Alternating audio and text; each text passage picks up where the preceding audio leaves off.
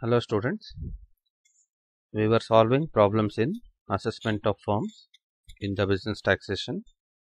We will continue in this series 5, the problems on assessment of firms. I am Manjunath N, Assistant Professor in Commerce, GFGC, Bangaru Tirupati, Kolar. In the earlier series video, we have solved up to problem number 4. We will continue problem number 5. So this question has been asked for section B in May 2016 examination of Bangalore University. Profit and loss account of ABC and Company for the year ending 31st March 2019 is as follows. A firm of chartered accountants and satisfies all conditions of section 184 and section 40 subsection B. So ABC and Co partnership firm ಇದೆ.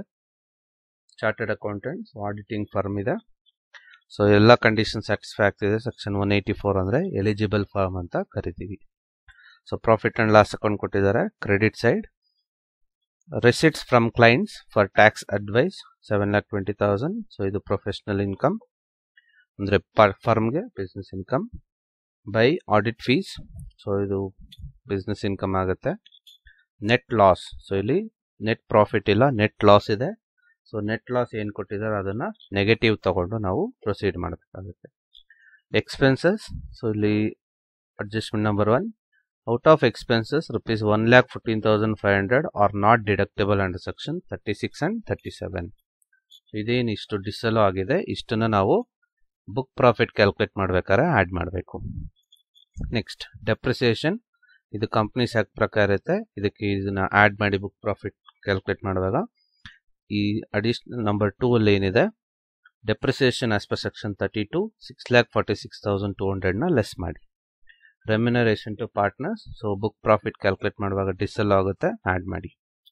Interest on capital to partners 1,10,000. So adjustment number 3 ಅಲ್ಲಿ interest on capital to partners not deductible under section 40 subsection B is 35,800. So ಇಷ್ಟು ಅಮೌಂಟ್ನ deduct ಮಾಡಬಾರ್ದು, ಅಂದರೆ diesel ಆಗಿದೆ. ಇಷ್ಟು 35,800ನ add ಮಾಡಿ.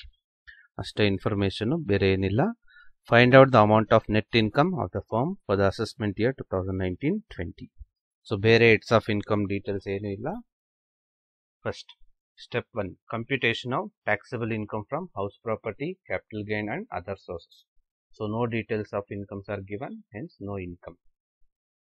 2, step 2, 2.1, computation of book profit. So book ಪ್ರಾಫಿಟ್ಗೆ ಇಲ್ಲಿ ನೆಟ್ ಪ್ರಾಫಿಟ್ ಇಲ್ಲ, ನೆಟ್ ಲಾಸ್ ಇದೆ, ಅದನ್ನೇ ತಗೊಳ್ಳೋಣ. Particulars 2 amount column. Net loss as per profit and loss account. So profit ಇದ್ರೆ ಇಲ್ಲಿ ಪಾಸಿಟಿವ್ ತಗೊಳ್ತೀವಿ, ಲಾಸ್ ಇರೋದ್ರಿಂದ ಇಲ್ಲಿ ನೆಗೆಟಿವ್ ತಗೊಳ್ಳಿ. Add inadmissible or disallowed expenses debited to profit and loss account. So ಏನು ಇನ್ಅಡ್ಮಿಸಿಬಲ್ ಎಕ್ಸ್ಪೆನ್ಸಸ್ ಡಿಸಲೋಡ್ ಏನೇನಿದೆ ಅದನ್ನು add ಮಾಡಿ. First one, so inadmissible expenses under section 36 and 37. So adjustment number 1 ಅಲ್ಲಿ ಕೊಟ್ಟಿದ್ದಾರೆ 1,14,500. Depreciation debited to profit and loss account, ಇದು companies act ಪ್ರಕಾರ ಇದೆ, ಅದಕ್ಕೆ 4,64,000. Remuneration to partners, so 5,50,000. Interest on capital in excess not allowed under section 40 subsection B 35,800. So ಈ 4 inadmissible expenses ಇದ್ದಾವೆ, ಅದನ್ನು add ಮಾಡಿ.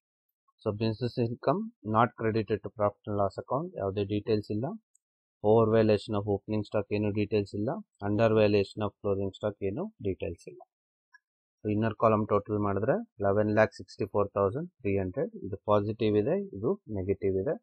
ಸೊ ನೆಗೆಟಿವ್ ಇದನ್ನು ಲೆಸ್, ಇಲ್ಲಿ ಪಾಸಿಟಿವ್ ವ್ಯಾಲ್ಯೂ ಜಾಸ್ತಿ ಇದ್ದಾಗ so balance up total 7,28,300 less.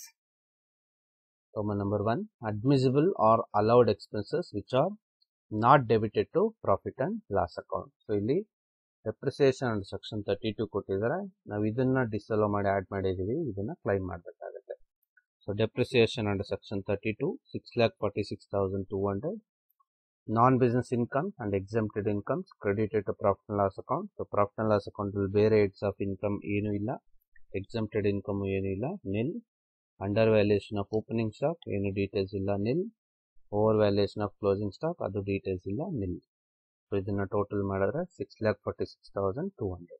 So ಸಬ್ ಟೋಟಲ್ 7,28,300 ಇಂದ 6,46,200 less ಮಾಡಿದ್ರೆ ಉಳಿದಿದ್ದು 82,100 ಬುಕ್ ಪ್ರಾಫಿಟ್. ಸೊ ಪಾಸಿಟಿವ್ ಇದೆ, ಇದನ್ನ ಬುಕ್ ಪ್ರಾಫಿಟ್ ಅಂತ ಕರಿತೀವಿ. ಸೊ ಸ್ಟೆಪ್ 2.1 ಅಲ್ಲಿ ಬುಕ್ ಪ್ರಾಫಿಟ್ ಸಿಕ್ಕಿದೆ. ಸ್ಟೆಪ್ 2.2 ಅಲ್ಲಿ allowable or permissible amount of remuneration under section 40 section B, particulars and to amount column. Least of the following is allowed. ಅಂದ್ರೆ ಎರಡರಲ್ಲಿ ಯಾವುದು ಕಡಿಮೆ ಇರುತ್ತೆ ಅಷ್ಟು ಅಲೋ ಆಗುತ್ತೆ under section 40 subsection B. Actual amount of remuneration paid to working partners, so 5,50,000. So profit and loss account ಅಲ್ಲಿ ಹೇಳಿದ್ದಾರೆ remuneration to partners 5,50,000. Overall remuneration allowable as per section 40B of Income Tax Act. ಇದು ಹೇಳುತ್ತೆ book profit up to first 3 lakh of book ಪ್ರಾಫಿಟ್ಗೆ 90%, but ಇಲ್ಲಿ book profit ಬರೀ 82,100 ಇದೆ. So 3 lakh ಒಳಗಡೆ ಅದಕ್ಕೆ ಅಷ್ಟು ಎಷ್ಟಿದೆ ಅದನ್ನು ಮಾತ್ರ 90%. So 73,890. Over all 1,50,000 which ever is higher ಅಂತ ಹೇಳುತ್ತೆ ಪ್ರಾವಿಷನ್. ಸೊ ಇದೆರಡರಲ್ಲಿ ಜಾಸ್ತಿ ಇರೋದು 1.5 ಲಕ್ಷ ಜಾಸ್ತಿ ಇದೆ, ಅದನ್ನು ತಗೊಳ್ಳಿ. ಸೊ ಅದನ್ನ ಈ ಆಕ್ಚುಯಲ್ ಅಮೌಂಟ್ ಪೇ ಮಾಡಿರೋದು ಕಂಪೇರ್ ಮಾಡಿ 5,50,000. Which ever is less will be the admissible remuneration 1,50,000. So 1,50,000 is the admissible remuneration. ನಮ್ಮ ಹತ್ರ ಬುಕ್ ಪ್ರಾಫಿಟ್ ಇದೆ, ಇಲ್ಲಿ ರೆಮ್ಯುನರೇಷನ್ ಅಡ್ಮಿಸಬಲ್ ಜಾಸ್ತಿ ಇದೆ, ಸೊ ಆಬ್ವಿಯಸ್ಲಿ ಲಾಸ್ ಬರುತ್ತೆ. Step 3 calculation of taxable income from business of the firm. Book profit, so book profit ಇದೆ 82,100 less allowable remuneration to partners 1,50,000 ಇದೆ. So book profit ಕಡಿಮೆ ಇರೋದ್ರಿಂದ ರೆಮ್ಯುನರೇಷನ್ ಜಾಸ್ತಿ ಕೊಡಬೇಕಾಗುತ್ತೆ ಇಲ್ಲಿ as per section 40 subsection B. So there is a loss from business of rupees 67,900. So ಇಲ್ಲಿ loss ಇದೆ, income ಇಲ್ಲ. ಎಷ್ಟು ಲಾಸ್ ಇದೆ? 67,900 rupees ಲಾಸ್ ಇದೆ. This is problem number 5. So there is no income to the firm for the assessment year 2019-20. There is a loss of rupees 67,900. Thank you.